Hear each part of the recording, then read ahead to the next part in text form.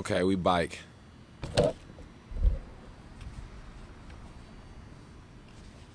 Right here. Okay. All right.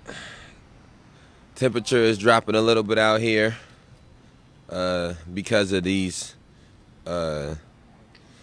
police officers. I'm without my usual blankets that I'll be using at this time, but it's cool. We're going to get that figured out. I want anybody that's watching this to please share this post. Please share this post. Please share this post. Anybody that's watching this, share this post. We are finishing up reading Locking Up Our Own, Crime and Punishment in Black America by James Forman, Jr. This is part of the ongoing teaching and Say Their Name Square. This is day 5. This is day 5 that we are finishing up here with Locking Up Our Own, Crime and Punishment in Black America by James Forman, Jr. This is the reading material for today. Again, share this post. Share this post.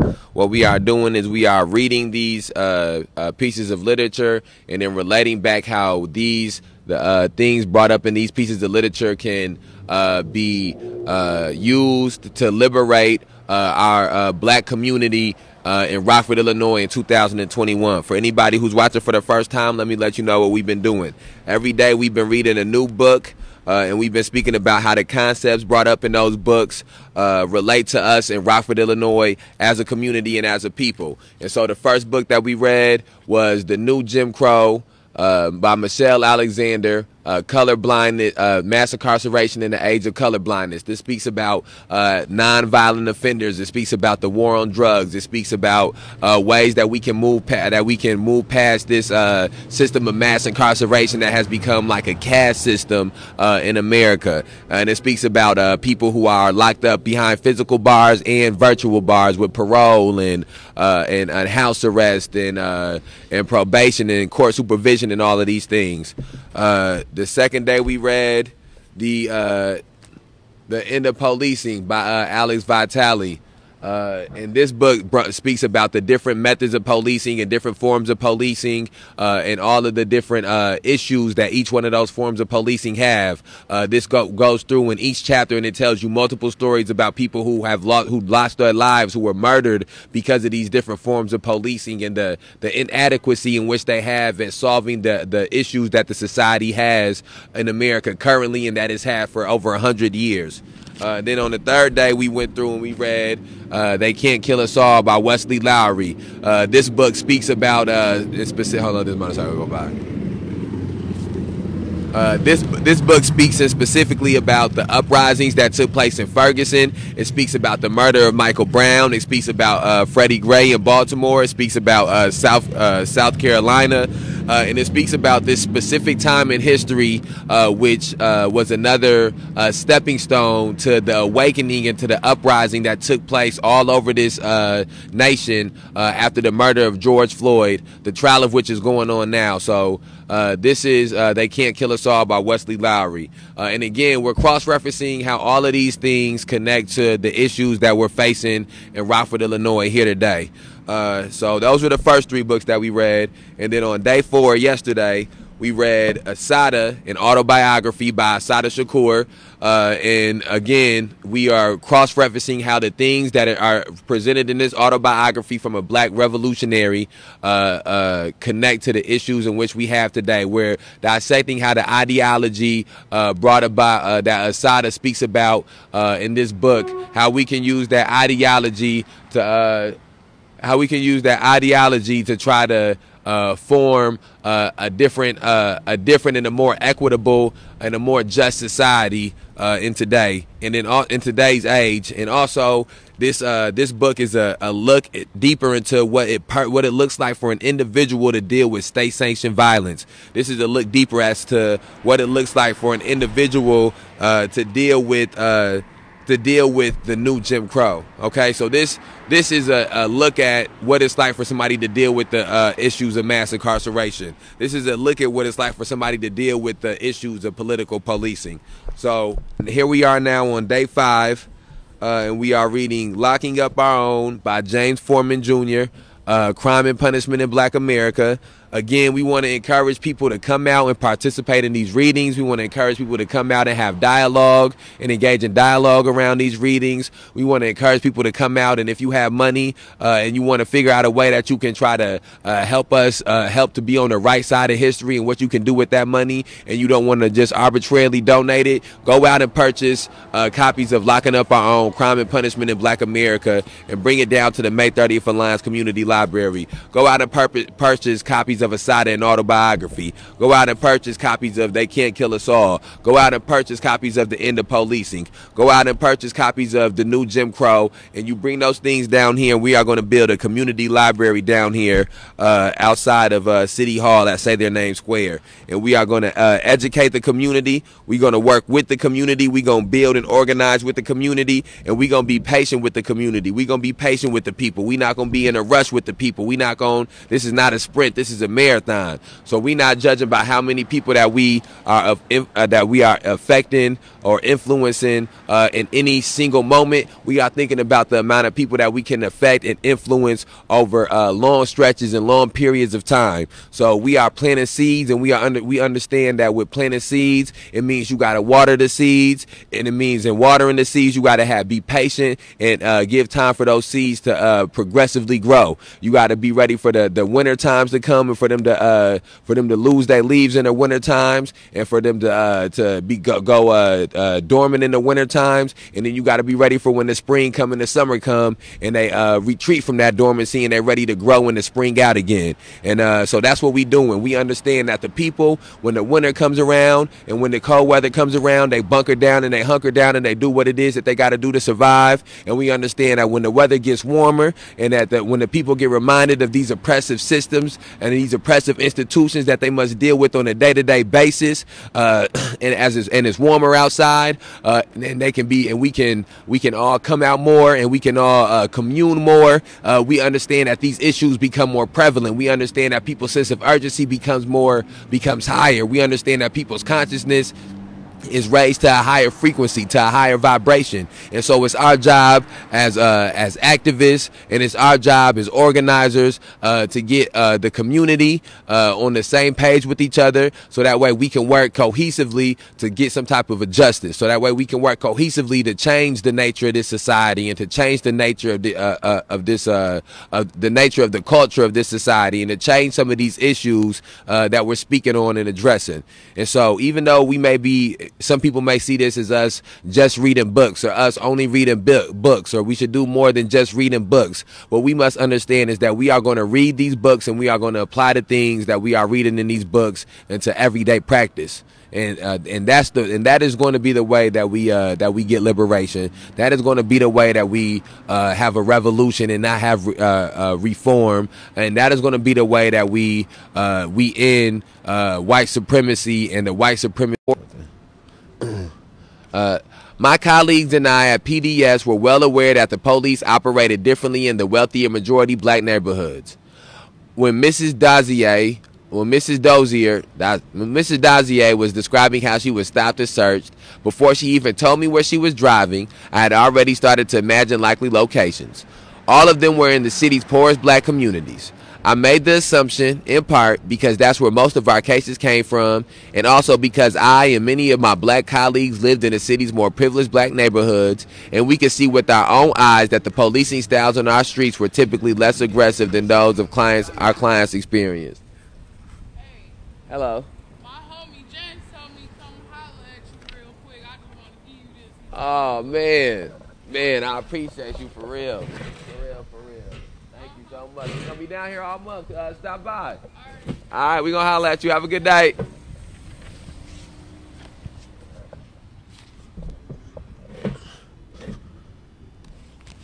Okay. My colleagues and I at PDS were my evidence was entirely anecdotal, but research by the sociologist Ronald Weiser confirmed my impressions. In 1996 and 1997, Weiser began studying police-citizens relations in 3 Washington, D.C. neighborhoods. A white middle-class neighborhood he referred to as Cloverdale, a black middle-class neighborhood he called Merrifield, in a lower class black neighborhood he called Spartanburg. Along with his graduate students, Weitzer conducted more than 150 interviews of residents, attended police community meetings, and observed the traffic stops and other police-citizen interactions. As he had expected, the affluent white community didn't interact with police much and was generally satisfied with officers in the neighborhood. The result from the black neighborhoods were more interesting. Weitzer quickly saw the power of neighborhood class. African Americans who lived in the middle class Mayerfield neighborhood were generally pleased with their local police and reported few instances of unjustified stops, verbal abuse, or excessive force. Those who lived in lower class Spartanburg, by contrast, were 4 to 7 times more likely than Mayerfield residents to complain of unjustified stops or abuse. These different attitudes showed up in community meetings as well as in survey results. In Mayerfield, when it came time for community members to ask questions of the officers running a meeting, Weitzer was surprised at how often people would take the chance to express their gratitude, saying things like, "Well, this isn't a question, but I just want to thank you for all the hard work you do day in and day out, and the police really never get enough credit." Spartanburg residents were much more likely to complain about police treatment. Weitzer recalled seeing small groups of young black men, normally sitting in the back of the room, waiting for the chance to speak. When their turn came, they would say, "You know, racial profiling, it happens every day. What are you going to do about it? Me and my friends out there, and we're being stopped for no good reason. And it doesn't happen once, it happens repeatedly. And we're sick and tired of it." Complaints often revolved around a particular type of police action, the pretext stops that Holder thought were essential to reducing gun violence. According to Weitzer, police are thought to engage in fishing expeditions. Pretextual stops ostensibly for minor traffic violations, but actually intended to discover evidence of some other offense. Spartanburg residents were clear-eyed about why police could treat them like this. They were poor and black, living in a neighborhood that was poor and black. These facts were far more powerful than shared racial identity with the city's black political establishment. As one 24-year-old black man from Spartanburg put it, "Up there, Georgetown, Gold Coast, affluent white and black communities, I know they don't treat them like that. Those people got a lot of influence. Police could lose their jobs, you know. For us, come on, what can you do if you're stopped on the street? You're just a regular Joe. You could go file a complaint or write a letter, but what's all going to happen? But these affluent people can make 2 or 3 phone calls and there's going to be an investigation. We don't have that power. They know who they can push around and who they can't." Okay, and so again, what we want to be doing is cross-referencing the things that we're reading about here in these books with the issues that are being presented to us in Rockford. And so even here in Rockford, this is something that again, this is why we have to understand our commonalities. And so let's use what they just brought up as an example before we get to Rockford. So there's a portion of the middle class neighborhood of black people who are getting treated not as good as the white affluent neighborhood is being treated, and not having as little direct contact with the police department as the affluent white neighborhood is. But they are having less than what the poor black neighborhood is. They are getting better treatment than what the poor black people are getting treated by the police department. And so right there, they're being used to divide. That's a form of dividing and conquering, because what that one set of black people should be understanding is that they are still not being treated equally to what their white affluent counterparts are being treated. And so what they should be trying to do is group together with other people who are not being treated equally to what their white counterparts are being treated. And then once those type of fronts are built, then we can actually get equity and we can actually get justice. And so to fast forward that here, how they talk about, how to interrelate that to here in Rockford. What we read to here in Rockford, they spoke about the differences in neighborhoods, the differences in way neighborhoods get policed. That is something that you can see here in Rockford in 2021. There's a difference in which neighborhoods which are perceived to be poor and black get policed, and which neighborhoods which are perceived to be affluent and white get policed. And I promise you, it's just as much drugs in affluent white neighborhoods as it is in poor black neighborhoods, and it's just as much crime and violence going on in the homes, and domestic violence going on in homes of of affluent white people as it is in poor black people. But the difference is it is not an occupying army sitting in the neighborhoods of these white affluent people. There are not people who are being given direction to go out and to try to make pretextual stops on white affluent people. There are not people who are being indoctrinated with the idea that being white and being affluent means you are more likely to commit crime, or you are more likely to sell drugs, or you are more likely to be violent. And since those things don't happen equally, we get into a place as a society where black people are looked at as we're black again with the same cycle that we talked about on the last video, where since black people are policed more, black and poor people are policed more heavily, they end up being arrested more heavily, which means they end up being in jails more heavily, which means that now a false narrative gets perpetuated, some sort of a self-fulfilling prophecy gets perpetuated, in a sense that now the media markets and the public conception is that black people are more likely to do crime because they are being criminalized more often, or black people are more likely to be born and end up in jail because as they go through life they are being put in jail more often. And so we have to be able to separate what is a narrative and what is actuality. And so to me, that was one of the things that that's one of the things that's popping out for me as I'm going through and reading this.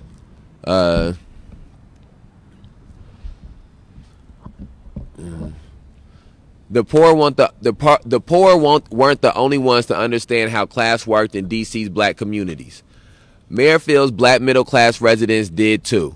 Their neighborhood was full of doctors and lawyers and other politically connected people, and they knew that their status influenced their interactions with law enforcement.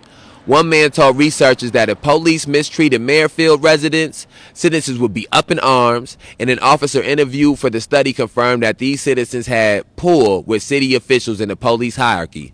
Weitzel's subject spoke a truth I knew well.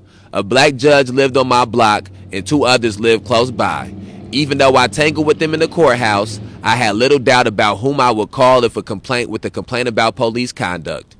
It is no small success that the African Americans on my block or the residents of Merrill felt this way. To the generations of black middle-class D.C. residents routinely humiliated and harassed by Jim Crow policing, respectful police treatment would have seemed an impossible dream. The idea of a majority black police department would have seemed equally miraculous. But for Mrs. Dozier and the black poor trapped in Spartanburg, there was nothing to celebrate. Indeed, in one crucial respect, things had gotten worse. They were still being stopped and searched because where they lived and the color of their skin, but now they were told that this is how Dr. King would have wanted it. There are a lot of Sandra Doziers in the 20 years since Holder unveiled Operation Ceasefire, its brand of pretext stops has become part of the fabric of policing in cities across America. In D.C., the journalist David Shipler rode with officers doing the same things that the police were doing the night they stopped Mrs. Dozier. Working the city's poor black neighborhoods exclusively, pulling people over for minor traffic violations, tinted windows remain a favorite, and cajoling their way inside cars. As Shipler recalls, after a night of watching the gun recovery unit at work, hardly any of the searches have been justified by probable cause or even by the lesser standard of reasonable suspicion. The gun recovery unit have relied almost entirely on citizens' acquiescence. While officers combed through vehicles, I asked drivers who were sitting on curbs or leaning on trunks whether their permission had been requested. Some looked blank, as if they hadn't known that a policeman had to ask and that a citizen could say no. The problem is hardly limited to D.C. The New York City Police Department came under sustained political and legal attack for its reliance on stop and frisk, a tactic we might think of as Operation Ceasefire applied to pedestrians. Although the NYPD has dramatically reduced its use of stop and frisk since 2011, it continues to target drivers for minor traffic offenses, and it does so for the same reason that D.C. police adopted Operation Ceasefire, as a pretext to question drivers and whenever possible search their cars. In 2014, for example, the NYPD conducted just over 47,000 stop and frisks. In the same year, it gave out almost 75,000 traffic tickets for tinted windows alone. and that number is likely dwarfed by the number of drivers who, like Mrs. Dozier, were stopped on a suspicion of a minor offense and never received a ticket. Pretext stops are reasonable for most of the racial disparity in traffic stops Pretext stops are responsible for most of the racial disparity in traffic stops nationwide. Although popular discussions of discriminatory traffic enforcement often lump all traffic stops into one category, Charles Epp and his colleagues have shown that pretext stops are the real villain. Analyzing the results of a survey of black and white drivers in the Kansas City area, Epps finds that when the police are actually enforcing traffic safety laws, they tend to do so without regard to race. But when they are carrying out investigatory or pretext stops, they are much more likely to stop black and other minority drivers. Blacks are about 2.5 times more likely to be pulled over for pretext stops. Moreover, the disparities are present regardless of gender. Black men are more than twice as likely as white men, and black women are more than twice as likely as white women to be subjected to a pretext stop. In fact, black women are more likely to be pulled over for pretext stops than are white men, despite the fact that white men carry guns and commit violent crimes at much higher rates than black women do. Okay, so again, we want to be reading this information and then cross-referencing it over to how it connects to us and relates to us in the city of Rockford, as a community of Rockford in 2021. So when we hear some of these stats, we have to be, we need to ask ourselves, what do these stats look like here in Rockford? And so when we hear about them saying that when people get pulled over, when people get pulled over based off of traffic violations, or when police officers pull people over based on traffic violations, they pull them over at a equal amount, black to white, that there is color blindness in just traffic stop pullovers. But they are also acknowledging to you that when it comes to pretext stops or pretextual stops happening, investigatory stops, when they stopping somebody and they not stopping them because of traffic violations or to give them a ticket, when they stopping somebody because they trying to look for guns or drugs, or they hoping a crime is being committed, that's when they start targeting black people more than they target white people. That's when they start targeting minorities more than they target white people. That's when they start targeting poor neighborhoods more than they target rich neighborhoods. And so we have to understand those things. And then when they give the stats as to black men being 2.5 times more likely to be pulled over than white men when it comes to these pretextual investigatory stops, we should then cross-reference that to the latest information that was put out last year in Rockford, Illinois, where it said that black people are 3 times as likely to be pulled over as white people in Rockford, Illinois. And it is a 13 to 15% population of black people here, and I believe it is a 60 to 65% population of white people here. And yet and still, black people get pulled over 3 times as often as white people. That is not something that happens by coincidence, or something that happens through irony, or something that is happenstance. These things are things that are systematically and systemically and purposefully and maleficently done to disenfranchise communities, to marginalize communities, to ostracize and to demonize and to criminalize and to stigmatize communities. And so as we read these things, we need to understand the process in which it happens. Pretext stops is one of the processes in which black people become criminalized, because they are not executing these pretext stops on an equal ground, on an equal footing. Let's pick up where we left off at. And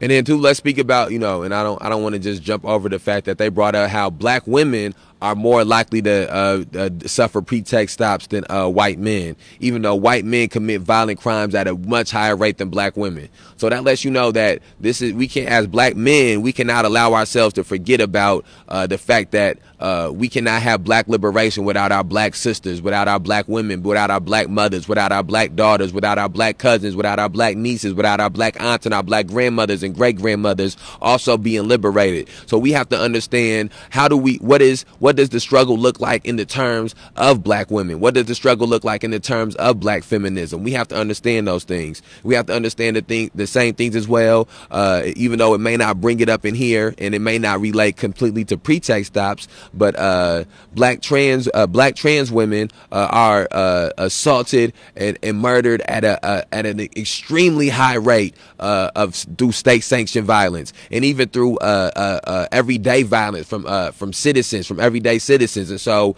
we cannot just liberate portions of our community. We cannot afford to liberate portions of black America. We must liberate the whole of black America, and the only way that we can do that is understanding how the whole of black America is affected by these issues. Let me see where we at. I'm just making sure my hotspot don't die on this. These racial disparities are all the more troubling because the damage from a pretext stop of a driver, a pedestrian, a loiterer doesn't end with the stop itself or the subsequent search. Perhaps the single most destructive aspect of the pretext stop regime is that it propels disparities in the rest of the criminal justice system. Consider Mrs. Dozier. She wasn't innocent. At the time she was arrested, possession of even the smallest amount of marijuana was a crime in D.C. She had marijuana in her car, and she was arrested for it. Case closed. This is where many discussions of disparities in law enforcement end. But such a simple account fails to acknowledge the world that pretext stops create. A world in which Mrs. Dozier is arrested for an offense that white drivers commit with impunity. I'm going to read that for you one more time. But such a simple account fails to acknowledge the world that pretext stops create. A world in which Mrs. Dozier is arrested for an offense that white drivers commit with impunity. Appreciating how pretext stops contribute to criminal justice disparities brings clarity to important debates over... Appreciating how pretext stops contribute to criminal justice disparities brings clarity to important debates over racism in America policing.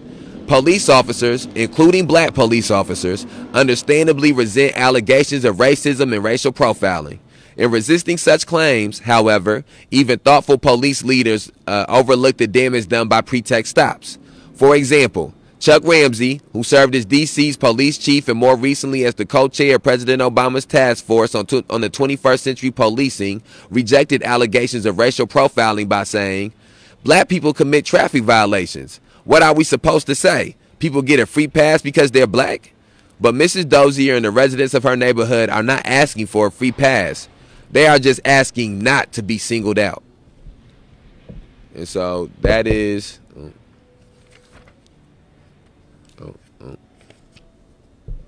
Okay. That was page 213. We're on page 214. Pretext stops also show what FBI Director James B. Comey missed in a February 2015 speech on racial bias in policing. Comey was praised for acknowledging that police officers in urban settings can be influenced by implicit or unintentional bias, some of which results from the fact that they often work in environments where a hugely disproportionate percentage of street crime is committed by young men of color. Before making this point, however, he sought to defend police from accusations of intentional racism. Why are so many black men in jail? Comey asked. Is it because cops, prosecutors, judges, and juries are racist? Because they are turning a blind eye to white robbers and drug dealers? Answering his own question, he said, "I don't think so." In some respects, Comey's speech deserved the accolades it received. The notion of implicit bias, that we all harbor attitudes and stereotypes that operate without our conscious awareness, is a powerful scientific development, and he was right to elaborate on its connections to law enforcement. To his credit, he also pointed out that poverty and other forms of social disadvantage help produce the high crime rates. To his credit, he also pointed out that high poverty and other forms of social disadvantage help produce the high crime rates that police must contend with. But Comey never mentioned pretext stops, and as a result, he made the problem of racial discrimination by police seem harder to solve than it actually is.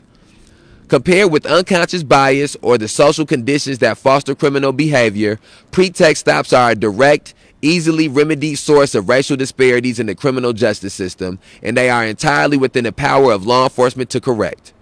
If Comey had recognized pretext stops as racially discriminatory practice, he would have had to revise his claim that police are not turning a blind eye to white drug dealers. For although he is right that no individual officer chooses to ignore criminal behavior by whites, structurally, a pretext regime does precisely that. When Holder and the D.C. Police Department decided to target black communities for pretext stops, they gave a free pass to white drivers right across town with marijuana and other drugs safely stashed in their glove compartments.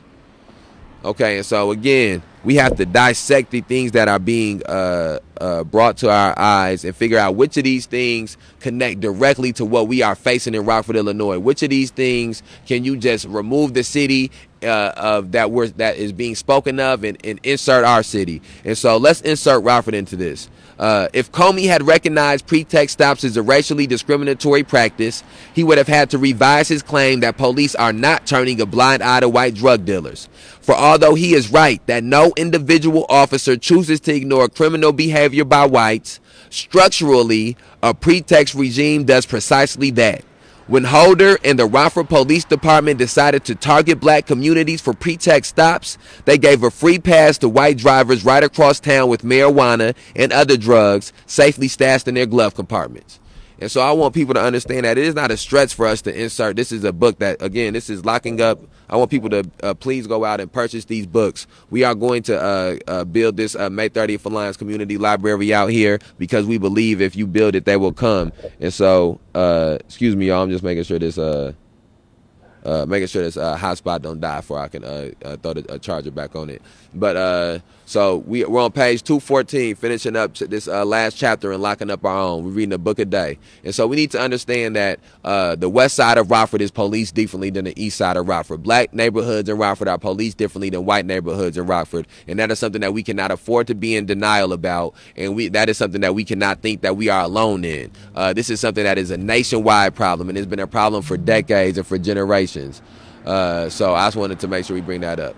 Okay, let's wrap this chapter up. So I'm gonna end this live and start a new one for the so we can read the epilogue. Before she left my office, after seeing that I couldn't help her get her job back, Sandra Dozier said, "I can't believe I lost my job for this. I still can't believe it myself, but I now have a better understanding of how it happened." By the time Miss Dozier was stopped and received her marijuana citation in 2000, D.C. and the nation have been steadily, incrementally building the punitive criminal justice system we still live with today.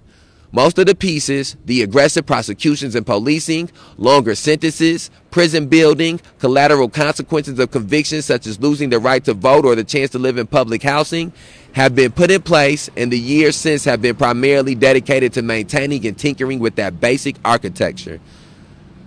This history reveals that no single actor or even institution is responsible for what happened to Sandra Dozier.